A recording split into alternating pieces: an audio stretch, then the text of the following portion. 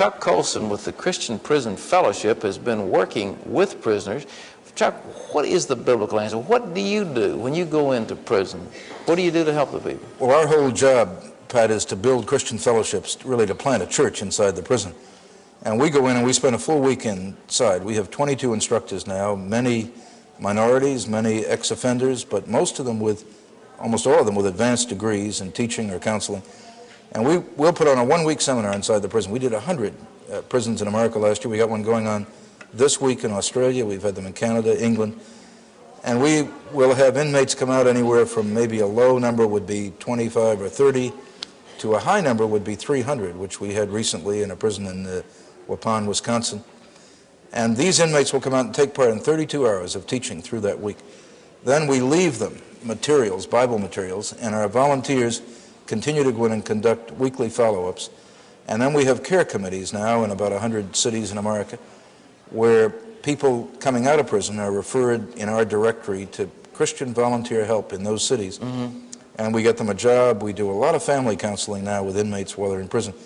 In the Southeast, we have a couple of thousand people who have signed up as counselors with the families. So when an inmate goes into prison, we're able to go and be with his family, invite them into a church, see if they need particular help. What we're trying to do, to put it in its simplest terms, we also take people out of prison. And I must tell you, we've had 600. There are 10 gals in Washington, D.C. now out of 4 federal prisons.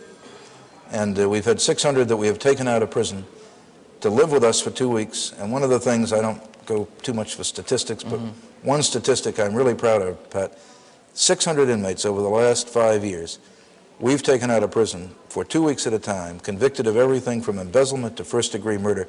We haven't had one single disciplinary incident. The place where they stay complains that one group stayed up a little too late at night praying and singing hymns. But they have represented themselves as Christian ambassadors outside of that prison so beautifully. It's incredible. And our whole thrust is to develop a fellowship inside the prison and a fellowship outside the prison, so that the Christian church is doing what our Lord has commanded us to do, to care for those inmates.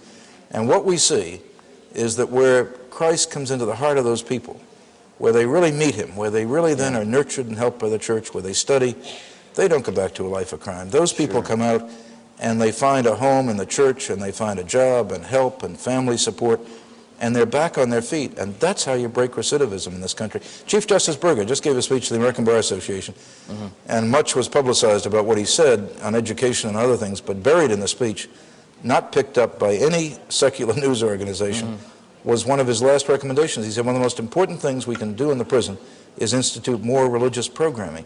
It's the one hope in the prison, and I think everybody who's been inside believes it and understands. But I had one of the greatest thrills in my life, Pat, to preach. I preached as you did in the Full Gospel Church in Seoul, and what a joy to see thousands of people and the tremendous growth of that church.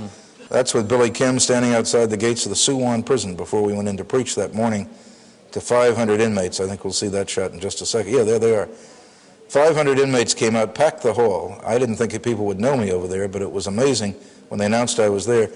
And I began to preach and gave them the gospel in a largely Buddhist culture. And it was extraordinary when I finished, because that's a view of the crowd from where I was preaching. Billy Kim, who was my interpreter, who interpreted for Billy Graham, and I know you met him when you were there, gave an invitation at the end, and I don't count, but you can see men all over that hall were standing receiving Christ, and with a great solemn air that came over that entire prison.